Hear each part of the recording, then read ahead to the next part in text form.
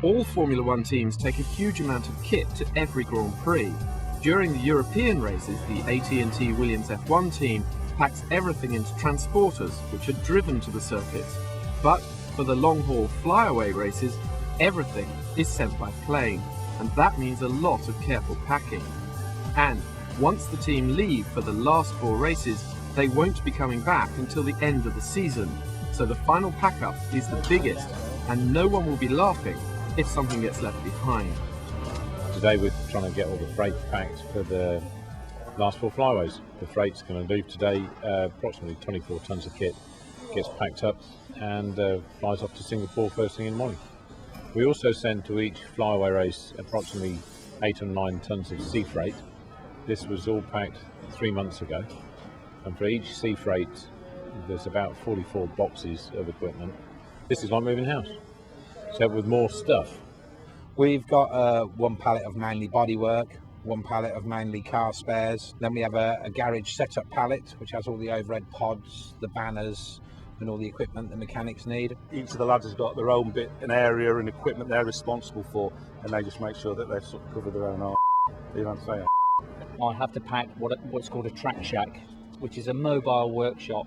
It has numerous drawers in there where I put all my components in, and it's also got a bench space in there. There's not enough time between races to send components back to be serviced for the cars, so we have to take more components, but not many more. All of the pit equipment that I take myself is all same, whether it's Europe or a flyaway. Derek, I forgot to ask you to tell us about your socks. My socks go back to the days of Rothman's Williams Renault, and I keep them for pack-up days especially. Give us a bit of luck. These socks date back to 1997. Awesome, aren't they? Each department has its own individual box. We then deal with that, palletise it, rope it and sheet it. There's a freight company that will come and pick it up. All of the freight for the English teams is sent from Stansted. FOM Cargo, they will have 3 747 cargo planes there. The pallets roll off the back of the trucks, and they just roll them in the side of a plane, really. Probably the busiest day is the first pack-up when we go to Australia, because we've got a lot of new equipment. You may have some new staff on the team. Equipment-wise, you don't know whether it's all going to go in the boxes. And once you go away to Australia, it's a long way if you've forgotten something. Obviously, the car has the engine in it. It has the gearbox on it. We don't have the front wing and the rear wing on the car. We have like ram bars, because they are very fragile. Although you see them on the track and something goes wrong, and they're very strong with a survival cell. Everything else around it, with a forklift touching it or something like that, it won't take 2 minutes to do an awful lot of damage. We build like a frame around them, which we've made ourselves. We just make it out of honeycomb sheet that is fixed to the cars to protect the front, the rear and the sides. So no part of the car can be damaged. We then pull a waterproof sheet over the top of it. As all the kit is being sent by air freight, it's critical that everything is weighed, from the cars themselves down to the last wing and washer. When they get to Stansted, the cars roll off the back of the truck. They roll onto the loading bay, and they then pick the car up and drop it onto a pallet base.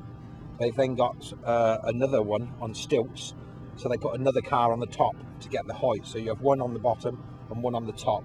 The cars are then strapped to these pallets, and then these pallets are then pushed into the plane in the same principle as the other pallets.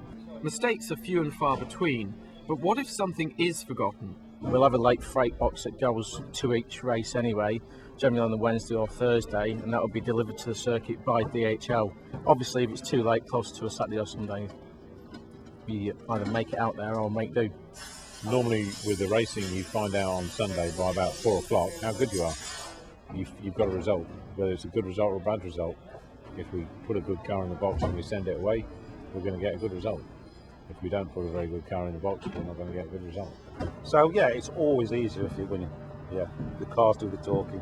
All of the guys that you see packing this freight are pit crew. They will all be in Singapore, they will all be doing the setup, and they've all got a job to do in the pit stop. So ideally, no one gets hurt. That's the main thing. Make sure everything's there and it's all done safely, and to try and get away before it gets dark. We have a sweepstake where all the truckies, they put £1 in and they decide what time they think we're going to be finished. This is the board with the times on. I'll make it 6:20. He's looking quite good. Bree's going to be driving the forklift, so he can make that look as good as he wants. I reckon it might be that one. But yeah, what time is it now? 6:20? Yeah, I'd say Andy. But if he's not here to receive the money, then the adjudicator has to keep it, and that'd be me. So we'll leave it at that, eh? I think at the end of it all, we're all mates really, and that's the main thing. You know, we give as good as we get with each other, and I think when you're together the amount of time of the year you are, I think you need that, and I think Frank recognises that as well, because he knows when we've got banter going on, and he knows when we take it seriously as well. Oh, I hope so anyway. I've worked at Williams nearly 11 years. Very proud to work here.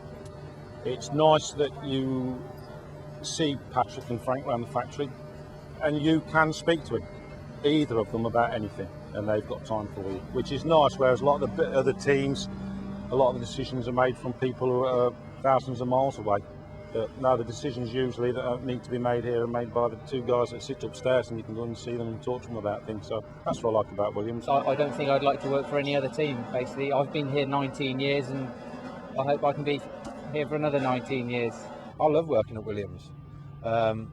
It's a good place. I just wish we were doing better. We're done. So, Pete's won. The day may be over, but the challenge continues as the unsung heroes of the AT&T Williams F1 team head off for the last 4 races and the ultimate challenge of Formula One.